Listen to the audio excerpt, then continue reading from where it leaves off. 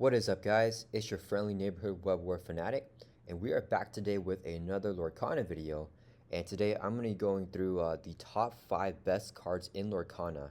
And this is just my opinion, and this list is completely subjective, but I'm going to be giving you guys what I think are the top 5 best cards in the game.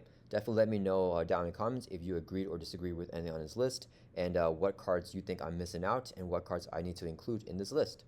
And before we begin, I do want to go over a little bit about ban lists. So there's been a lot of discussion recently about, if Lorcana should implement a ban list. And currently right now, Lorcana has been out for a little bit under a year, and there is still no ban list in the game. So no banned cards, right? And no limited cards either. So every single card in the game, you can have 4 copies of in your deck. And personally, I would love it if they never implement a ban list. I don't know how realistic that is, but that would be really cool if the game is balanced enough to where that's not necessary. And at least at this stage in the game right now, I do not think that Lorcana necessarily needs a ban list. So as I'm going through these cards right here, the top 5 cards in my opinion, I'm also going to be giving a reason to why they are balanced in my opinion, and why that they don't necessarily need to be banned, even though they are, one of the strongest cards in the game. So yeah, let's go ahead and get started here with Bucky. Okay, so most of you guys probably already know Bucky here. So Bucky, the Squirrel Squeak Tutor, he is a 2-drop Emerald character with 1 attack and 1 life, and he has the effect called Ward, so opponents cannot choose his character except to challenge, right? So let me just pull up. So for example, if you play a card like Smash, super simple card right here, it says it's a 3-drop action, do 3 damage to a chosen character. Well, because Bucky has Ward here, the opponent cannot choose him for any effect other than the challenge, so you cannot play a Smash to defeat a Bucky and do that 3 damage to him. So it's a great way for him to stay alive. And then his ability here, Squeak, when you play a floodborn character, each opponent chooses and discards a card, right? So this is the main reason why people really don't like him, and why he is considered so powerful, and he is very, very powerful. I think everyone can probably agree that he will make it on this list, just being a super strong character, because he can discard so many cards from your hand, from the opponent's hand, I mean, whenever you're playing a bunch of floodborn characters. And the most common floodborn character right now that's used in combination with Bucky is Diablo. So let's pull him up. So he's a 3-cost character, 2 attack, 2 life, and then he has a floodborn trait right here, right? So being a very cheap floodborn character with an amazing effect combos really well with Bucky. So at least right now, I don't think that there's that many powerful and cheap floodborn characters to where Bucky is entirely broken. So I don't think that he needs to be banned right now. But definitely in the future, if Lorcana keeps releasing more powerful, very, very cheap to floodborn characters that you can play a lot, then that could definitely make Bucky more difficult to justify not banning him. That was a weird way to say that, but yeah, I could definitely see him becoming banned in the future. But hopefully, Lorcana puts a limit on the amount of floodborn characters that can combo really well with Bucky, to where he stays as balanced as he is right now. Which I know a lot of people would argue that he isn't balanced at all, but I think that there is a spot for him in this game. So being able to discard a card from your opponent's hand feels very very difficult to play against. And whenever you're playing against Bucky, he'll often feel like he's like strangling you, because you're losing all the cards from your hand, and he's getting all these powerful effects off, and he's so difficult to defeat because of that ward right here, right? So what people will often do when they're playing Bucky is they don't ever exert him. So if you play Bucky and he stays upright, if he's not exerted, he's not vulnerable to a challenge. So normally most characters will not be able to challenge Bucky, and that's the only way to defeat him, by challenging him, right? Because it says here with the ward, you can't choose him for a direct effect. So there are other ways to defeat Bucky without challenging him. If you play a card like, a very common card is going to be like Grab Your Sword. Right, so this is a steal action song, and it says do 2 damage to each opposing character. So if you play a card like this is considered like AoE type damage, right, area effect. So you hit all the enemies there, and you're not choosing Bucky for any effect, so it will bypass the ward, and it'll do 2 damage to Bucky, which will knock him out. So there are ways to get rid of him despite having the ward here. So the major complaint that I think people are having with Bucky is the combination of the ward in addition to his Squeak ability there, and makes him hard to get rid of, and the nasty effect is making you discard a bunch of cards. So the big reason why I think that Bucky is still not bane worthy, and why there is a little bit of balancing whenever you're playing against him, is because there are plenty of ways to still get rid of him, in my opinion. So so I would argue that if you're playing, ink colors like Sapphire or Amber, those two ink colors don't have that much remove anyways. So even if Bucky did not have the ward, I think that it would be very difficult for a Sapphire Amber player, for example, to get rid of Bucky, whether he has the ward or not, right? The best two inks that can remove, pieces on the board or characters are going to be Ruby and Steel. And we just looked at two steel cards here. Grab Your Sword is a removal card, for the steel ink. And then we saw earlier, Smash is also a steel card right here, which also does 3 damage to a chosen character, right? So steel has plenty of ways to remove. But if you're playing steel against Bucky, I think you have other options to get rid of him, right? You can play something like, I think it's called Pick a Fight here. Yeah, so this is a 2-drop action. Chosen character can challenge ready characters this turn. So you can pick one of your own characters and then give it the ability to challenge ready characters, and it can just attack Bucky straight up, because Bucky does not have evasive or anything like that, so you can just knock him out with a single attack, right? So I think that Bucky has counters if you're playing Steel, which is one of the only removal aspects in the game anyways. And if you're playing, like for example, if you're playing Ruby, so obviously you're playing Ruby, you can't use an effect like, well, let's use Dragonfire, because that's like the most common, like the most basic Ruby action here, right? So very famous, very good card. 5-drop action here, Dragonfire, banish chosen character. So even though Ruby can banish a lot of characters and has removal options, you can't play a Dragonfire to target Bucky, because you can't choose Bucky with his effective ward, right? But there's many ways for Ruby to get around that, right? You can play a Be King Undisputed, which is a 4-drop song, and then it says each opponent chooses and banishes one of their characters. So since you aren't the one choosing it, the opponent's choosing the Bucky. That's a great way to get rid of the Bucky, right? But you need the Bucky to be the only character left in play, or else the opponent won't get rid of it, right? So you have to defeat all the other characters that the opponent has, and then when you play a Be King Undisputed, your opponent would choose one of their characters, and it says here with the ward, opponents can't choose this character except the challenge. So that means that if you're making the Bucky player choose, then they will be able to choose their Bucky and then, banish the Bucky, even though it has ward. So Ruby has a ways to get rid. Ruby can also play cards like one of the most famous cards is going to be Prepared here. It's a 7-drop action here. It says banish all characters. So you play this, obviously you will banish the Bucky as well. So yeah, I mean, even though the ward is super duper, nasty, it's a really good combo for Bucky. It makes him very difficult to get rid of. If you're playing Steel or Ruby, there's plenty of other ways to counter Bucky, and there's plenty of other ways for those two inks to get rid of Bucky.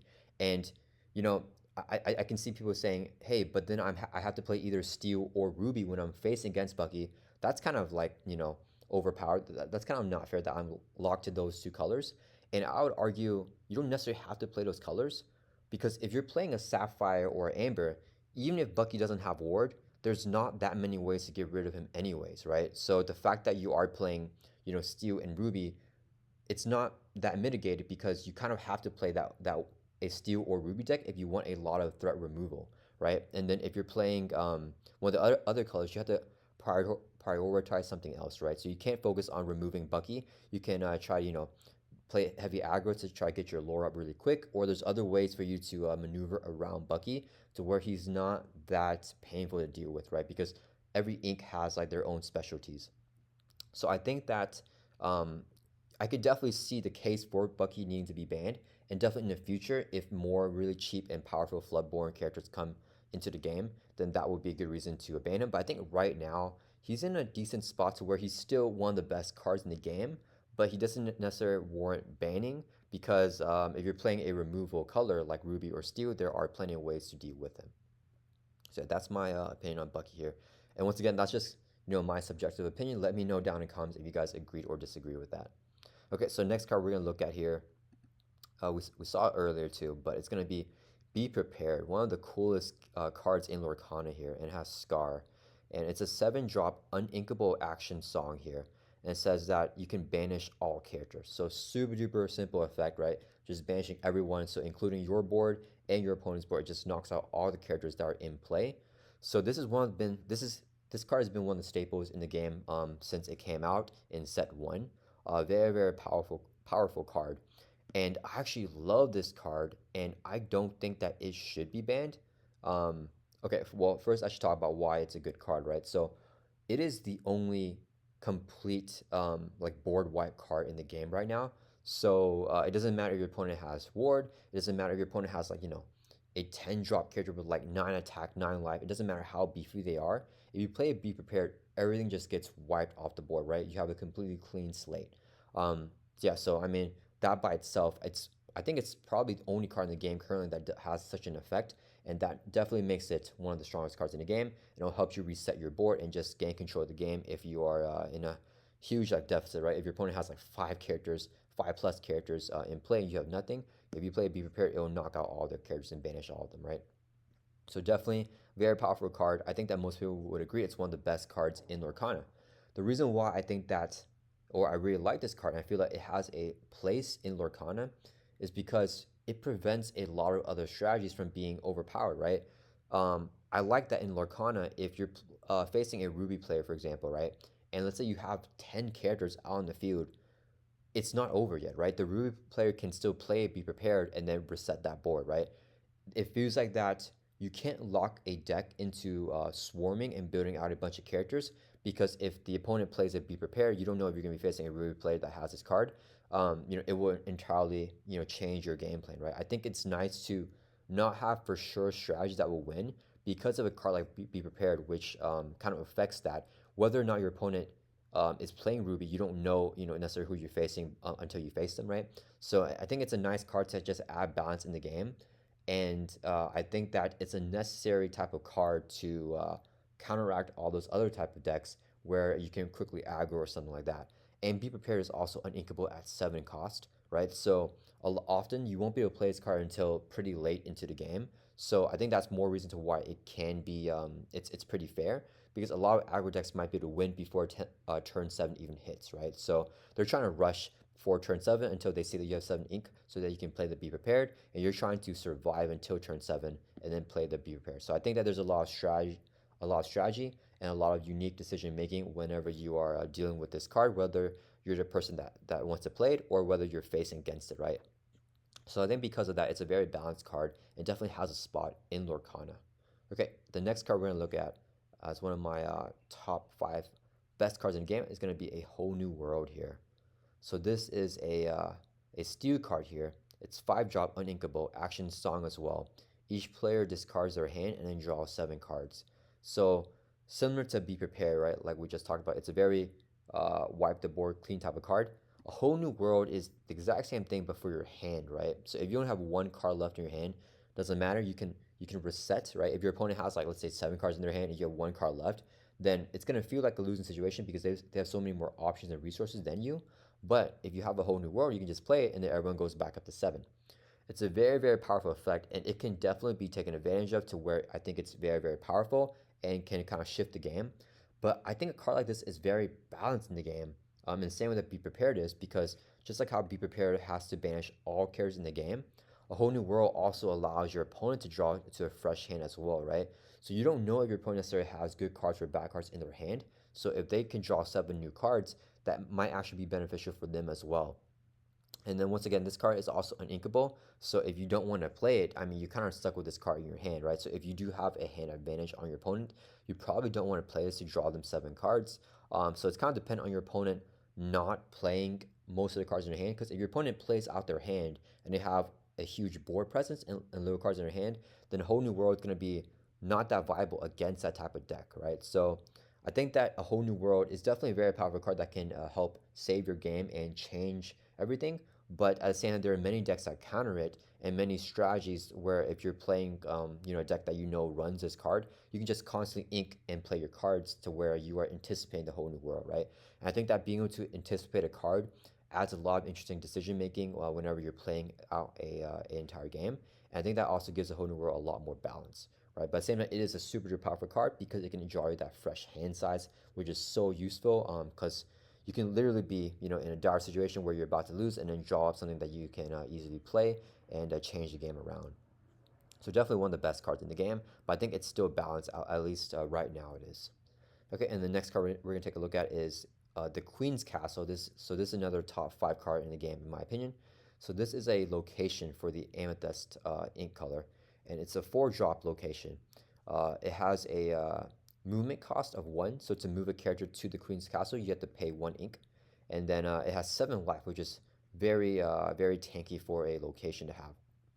And this is arguably, I think most people would agree this is the best location in the game.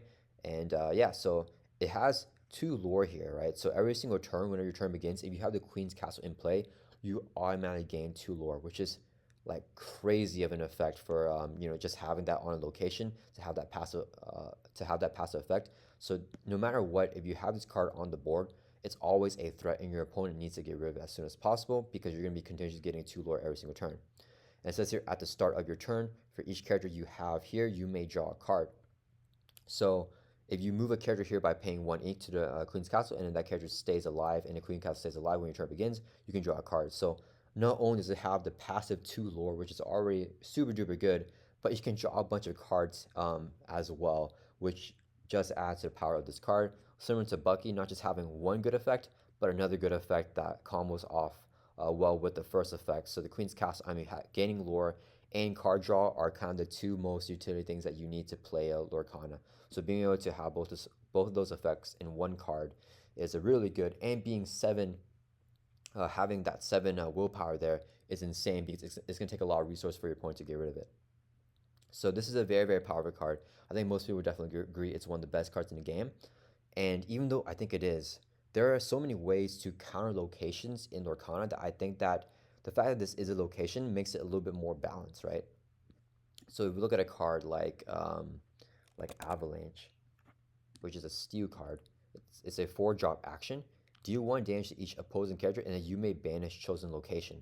So if you play this card, not only do you do 1 damage to all the opposing characters, but you can just straight up banish a location, right? So if your opponent has a Queen Castle, you get that like pretty much an added effect of that free banish right there, and you just straight get rid of the Queen's Castle.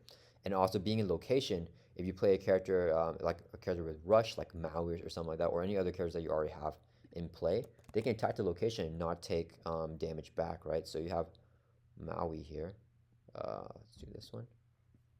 So it's a 5-drop Ruby character with a 6 attack, 5 life, and he has Rush. So if you play him, he can just rush and attack right away for 6 at the Queen's Castle, and the Queen Castle is already almost defeated, right?